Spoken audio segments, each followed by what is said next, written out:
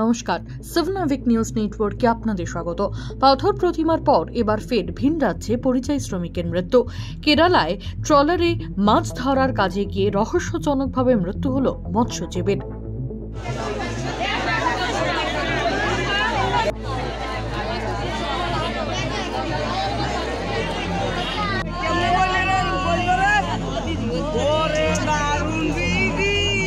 উল্লেখ্য, গত 1.5 মাস আগে মাছ ধরার উদ্দেশ্যে কেরালায় রওনা দিয়েছিল বছর 48 বয়সী হরিদাস নামের এক মৎস্যজীবী, যে কিনা কাকদ্বীপ বিধানসভার অন্তর্গত 8 নম্বর কালীনগর পশ্চিম গঙ্গাধরপুরের বাসিন্দা।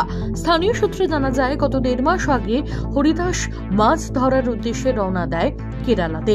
পরিবারের কাছে গতকাল খবর আসে হরিদাস ট্রলার থেকে পড়ে গিয়ে মারা গিয়েছে। তবে কিভাবে ট্রলার থেকে পড়ে মৃত্যু হলো সেই দক্ষ মৎস্যজীবীর, তা নিয়ে রহস্য ঘনাচ্ছে।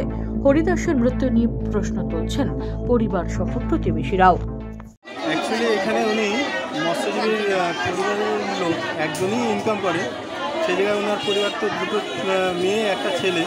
সেই জায়গায় তাদের পড়াশোনারও খরচ আছে এবং এখানে উনি মৎস্য শিকার করতে করতে অনেক দেনাটানাও হয়ে যায়, মাছজালি করতে করতে। তখন অভাবের তাড়নায় উনি কিন্তু কেরালায় গেছেন। এবং কেরালায় যথেষ্ট ভালো ইনকাম আছে, তাই গেছেন। সেখানে গিয়েই এই দুর্ঘটনা ঘটে। কবে জানতে পারলেন? শনিবার ভোর থেকে ওইখান থেকে খবর দেয়। আরেকটা তার ছোটো ভাই ছিল একই বোর্ডের মধ্যে, খবর দেয় যে দাদাকে পাওয়া যাচ্ছে না ভোরবেলা থেকে। তখন এখান থেকে সবাই ফোনে ফোনে যোগাযোগ করে এবং প্রশাসনের কাছেও যায় সেখানে কেরালায় গিয়ে। প্রায় আমরা 12টা থেকে 1টা নাগাদ প্রতিবেশীরা সবাই খবর পায় ওনার বডিটা পাওয়া গেছে। শনিবার জানা গেছে। শনিবার রাত্রিবেলা উনি প্রায় 2টো নাগাদ টয়লেট করতে গিয়ে, ওইখানে তো লোহার আয়রন বডি, তাই হচ্ছে ওইখান থেকে পড়ে গিয়ে ওনার কপালে চোট লাগে, চোখে চোট লাগে। সেই অবস্থায় উনি নদীতেই ওইখানে মারা যায়। কবে বডি এসছে? হ্যাঁ, তারপরে এসছে প্রায় আজ 10টা নাগাদ দমদম এয়ারপোর্টে বডিটা আসে। পরিবারের একমাত্র রোজগারে হরিদাস সংসার টানতেই বাইরে কাজের জন্য গিয়েছিলেন। তবে এবার কি হবে তাদের পরিবারের?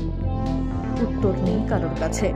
মৎস্যজীবীর মৃত্যুর খবর বাড়িতে এসে পৌঁছতেই কান্নায় ভেঙে পড়েছে পরিবারের সদস্যরা।